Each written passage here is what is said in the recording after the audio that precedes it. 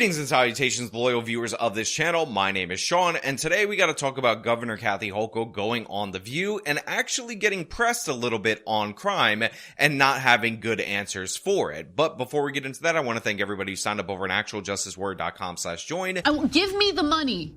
Give me the money. Okay? And remind you that on April 27th, I will be in Austin, Texas at Mindsfest. Link to tickets in the top of the description. After a series of high-profile crimes on New York City subways, right, you deployed hundreds of state police and National Guard troops into the subway system. But since the pandemic, you have done a wonderful job. Overall crime is down in the city. Yes, it is. So my question to you is, why now? Why deploy to the subway? And how do you respond to some of your fellow Democrats calling the move theatrics that play into Republican narratives that blue cities are poorly run war zones? I'm not buying it.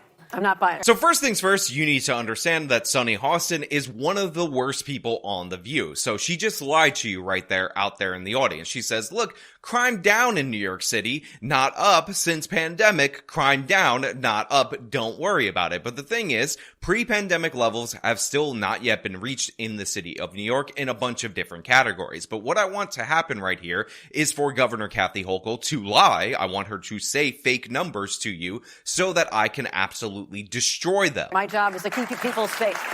I have to keep, any way I can, I'm going to keep New Yorkers safe. And I'll tell you who does show appreciation for the people out there on the streets. I've been walking the streets. I walk into business. People are just saying, thank you for taking such strong action. Now, to be clear, nobody is thanking Kathy Hochul on the streets. Nobody is praising her strong action because her strong action is clearly and obviously symbolic. Sending the National Guard to do random bag searches did not prevent any crime. We talked about that high-profile subway shooting, which, by the way, YouTube is kind of having in limbo, so I don't know if this video will be released before or after that, but whatever. I discussed this, how that particular suspect, who was a felon, who did have a gun, didn't pay for the train. They could have stopped him if they were enforcing fare evasion, and at that point in time, they actually would have been able to hold this person accountable, search him for weapons, and prevent him from getting into that fight that ultimately ended up leading to him getting shot and getting stabbed throughout the course of that particular situation. So no, nobody's praising this National Guard move. It's stupid. Randomly searching old ladies' bags is doing nothing, and Kathy Hochul can try to dance around this reality all she wants, but crime is up in New York City, not down. Now, you are correct that working with Mayor Adams, since I've been governor, we have driven down crime. Homicides are down about 30%, shootings down about 38%. The subways have been safer, but we had a spike recently, a 45% increase in subway crime. So let's be clear about this. Governor Kathy Hochul is looking directly into the camera and lying to you about this entire situation. She's saying crime down, not up, and I'm going to start in reverse order with the subway just to prove that point. There have been more murders in the New York City subway system, more homicides, more deaths in the last 4 years since the Black Lives Matter riots, so not even a full 4 years, than there were in the prior 15 years in the city of New York. So homicide in the subway is distinctly up. As for homicide being down in the city of New York by 38%, again, this is the same statistical game that these people always play, which is start at a random point in time and say crime down from that random point in time. But unfortunately for Governor Kathy Hochul, we have numbers, we know the facts, we know where homicide was before bail reform, which, by the way, she endorses, before less is more, before raise the age, before all of these policies that she backs in infinitum, and I'm gonna break that down for you right now. So in 2019, pre the Black Lives Matter riots, pre-bail reform, there were 319 homicides in the city of New York. That was slightly up, from 295 homicides in 2018, after falling to the all-time low of 292 in 2017. So in 2019, there were 319 homicides in the city of New York. 319 total for city population 8.5 million. Fast forward to 2020, the year of the Black Lives Matter riots, the year of bail reform, which Governor Kathy Hochul defends in infinitum, says it's the greatest thing ever, and we have a jump to 468 homicides in the city of New York, a 47% increase, the greatest increase in the history of the city of New York. Need I say that again? The greatest in the history of the city of New York. In 2021, they jumped again to 488 homicides. Now in 2022, we'd have dropped to 434 homicides from that recent year's peak of 488. And in 2023, again, this is trending in the right direction, but we have to be honest about this. We had 386 homicides in the city of New York. But do you remember where we started? Do you remember the point where we were before bail reform, before the Black Lives Matter riots, before all of these woke criminal justice reforms that Governor Kathy Hochul defends? We're at 319. So yeah, we're still up in terms of homicide, not down. You starting the count yesterday isn't going to change that. We know what's going on in the city, despite the fact that you're trying to be in overwhelming denial of it. On top of that, that doesn't bring into account other crimes like retail theft, unambiguously up 77% in the post-Black Lives Matter years. Look at this chart. And again, this is due to bail reform. 327 people represent a third of all retail theft arrests in the city of New York. So yeah, Governor Kathy Hochul, crime is up, not down. And here's what's absolutely amazing. After this, you know who asked a good follow-up question? Joy Behar, of all people.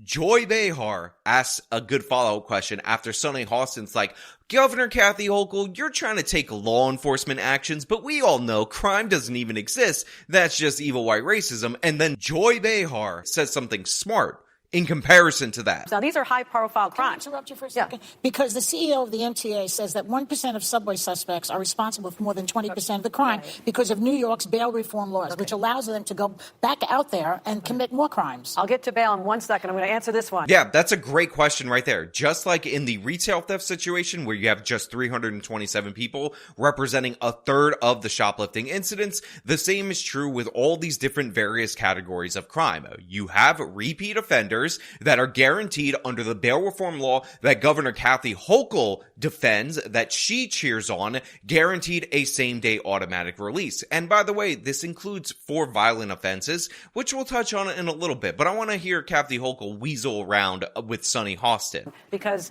what happened is I needed to do something dramatic and quickly to send a message that you will not get away with committing crimes in our subways. You cannot slash the throat of a conductor. You cannot push someone onto the track because people will not take the subway if they don't feel safe. That's job number one. So Governor Kathy Hochul says people in the city of New York need to know that you're not going to be able to get away with committing crimes in the subway. You're not going to be able to get away with throwing somebody on the subway tracks. But the problem with that, Governor Hochul, the problem with your little analysis right there is that after you instituted the National Guard doing random bag searches of old ladies, and I know you're scared of the National Guard guns because that makes you sad, we had an incident where somebody threw their girlfriend onto the subway track, and while it was initially reported that she was amputated at the foot level, in fact, the most amount of either leg she was going to be able to keep was in and around the knee area, so she lost both of her legs in that instance. But the thing is, because of less is more, a policy that Governor Kathy Hochul advocates for, a policy that Governor Kathy Hochul defends,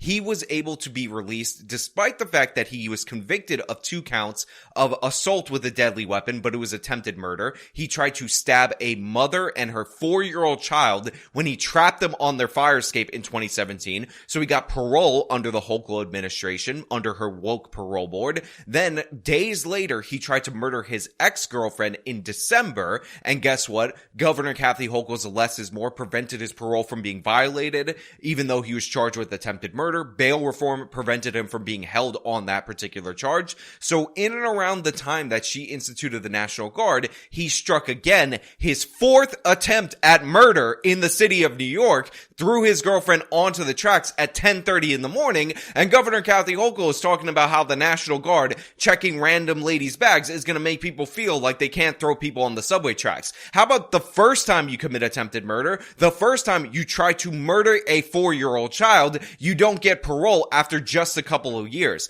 How about when you try to murder your ex-girlfriend 3 days after you're released on parole, your parole gets violated and less is more gets abolished? So they are not there to harass anybody. They I said, I don't like those long guns. They're kind of threatening to stand there. I said, smile at everybody. Welcome them to the subway. These are moms and dads. The National Guard are just our citizens who stepped up. So I will do that any day of the week. I take criticism the second I wake up in the morning until I go to bed at night, and I don't care. My job is to protect New Yorkers, and that's one way to do it. No, Governor Hochul, you don't protect New Yorkers. You are a crime denier. This is already a full display of you denying the negative impacts of your policies, and we're not going to pretend like we don't notice what's happening. What about this? Yeah. What about this? There's like a circular. That's why last year I inherited from my predecessor and the legislature before.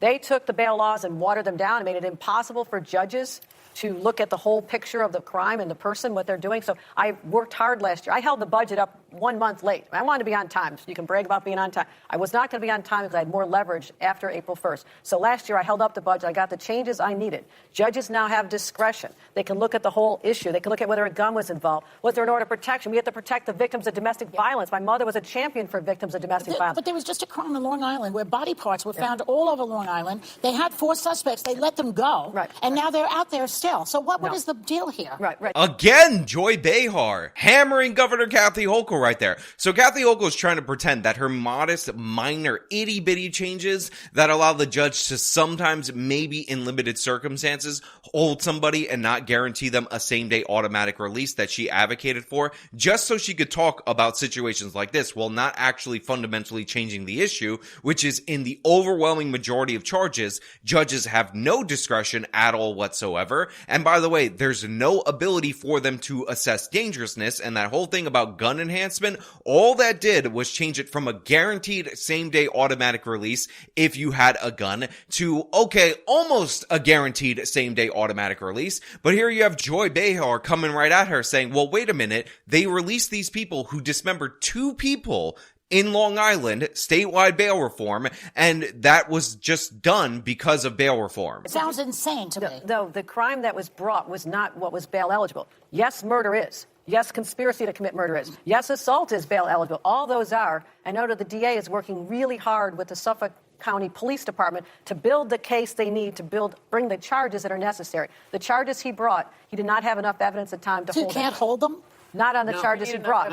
Oh, I absolutely love this, by the way. And again, credit to Joy Behar, of all people, for smashing Kathy Hochul over the face with this. So she's like, listen. Obviously, murder is bail eligible. I mean, attempted murder will let you out repeatedly over and over again, like that case in New York City from a week ago, but we're not going to pay attention to that. But murder is bail eligible. But the thing is, at the time when they first initiated the arrest, they couldn't hold them because they could only charge based on the evidence that they had, because they're still putting together the case. Now, normally in a sane state, when you don't have New York State's bail reform and judges without the ability to have judgment, you would say, hey, listen, there's all these different body parts. We want to hold these people temporarily while we look into who we're going to charge with homicide, so that way they don't flee. 2 different dead bodies. There's going to be murder charges. Can you put a hold on them for the temporary while we gather evidence, gather statements and whatnot? But you can't do that in the state of New York. So they were all released, and Governor Kathy Hochul is defending it right now because she's an idiot, and that led to all of them fleeing. But those are low-level charges. They really weren't. And we can work to make those bail eligible in the next session, but I changed the law. It only went into effect last May, by the way. So 2 people were killed, dismembered, obvious murder, unambiguously. You have 4 suspects. While they're trying to figure out which of the 4 suspects did what, they arrest them on the lesser included charges, like the way that they disposed of the body, like the dismemberment of the body, and all that. But since that's not bail eligible, those 4 people, who among them are not only murderers, but people who dismember the corpses of those they murder, are all free to go. And Governor Kathy Hochul's defending it. She's saying, listen, it's nuances, bro. Like bring in nuance, bro, for this. And that's what's going on right here. But those are low-level charges. They really weren't. And we can work to make those bail eligible in the next session, but I changed the law. It only went into effect last May, by the way. So this is a real thing that Governor Hochul actually brought to the table on national television. She's like, listen, we could change the law to say, you know what? It's a little bit suspicious when you happen to have dismembered body parts of 2 individuals and there's evidence of you disposing the body. We might maybe in the future want to charge you with murder, so maybe we should make the dismembering part, bail eligible. We could change the law. We can have a conversation about whether or not that makes sense. But honestly, it's a genuine debate, because think about about all the legitimate situations in your life that you had the dismembered corpses of two individuals that you were hiding on your property in your group of four? I mean, there's a logical explanation for a lot of this, so maybe we'll make changes next year in the new budget. And again, next year, maybe we'll consider that. But as of right now, I'm kind of going to defend, and by kind of, I mean I'm 100% going to defend the fact that the law prevents a judge from saying, wait a minute, this is a murder situation. These people are likely to all be charged with murder in like 4 days. I'm not going to release them same day automatically with all these dismembered body parts. But Hochul's like, it's a question mark, honestly. This whole thing, this congestion pricing, I don't understand. Okay. Because let's go at it. Because New Yorkers did not mess up the streets. We used to have 4-lane avenues. We had ways to get around. It might have taken a long time because we have big trucks, but you could get around. The idea of having to pay, I'm a lifelong New Yorker. The idea of having to pay to go from point A to point B without really having the conversation, only to see those things go up anyway, it made me feel like nobody was listening. Nobody said, hey, maybe we should not have put all of these bike lanes everywhere. Maybe we should not have parking lanes. Yes, and you can't get around now. You can't get to Broadway in time unless you leave the day before. Now, look, I really wanted to cover this because Joy Behar, of all people, pressed Governor Kathy Hochul, humiliated Governor Kathy Hochul, and she had no good answers for any of these questions other than, well, maybe, just maybe, possession of a bunch of dismembered body parts should be something that a judge, maybe in the future, potentially, possibly, could maybe possibly hold somebody on bail in the future if we decide to do that maybe next year. But I did like the fact that Whoopi Goldberg pressed her on the fact that they're doing congestion pricing, even though in the years leading up to them putting tolls on driving in Manhattan, in the borough of Manhattan below 60th Street, they put in all these stupid bike lanes, bus lanes, augmented lanes in order to prevent people from driving, thus artificially creating the traffic, not to mention the subways being in absolute disarray, so more and more people don't want to ride the subways. And now, on top of that, they're going to charge you for driving in the city of New York, which, by the way, will raise the cost of all the goods and services because the trucks pay way higher tolls than passenger cars, and this is all a revenue scam in order to force you back into the subway, while at the same time they're not doing anything to fix the problems with the subway. For some reason, over and over again, drivers have to pay the cost of the subway when the subway's not even doing things like enforce fare evasion. They're losing $500 million a year due to theft of public services, and somehow that's the consequence of the driver rather than the consequence of the subway system that's allowing that to happen, and the governor that guarantees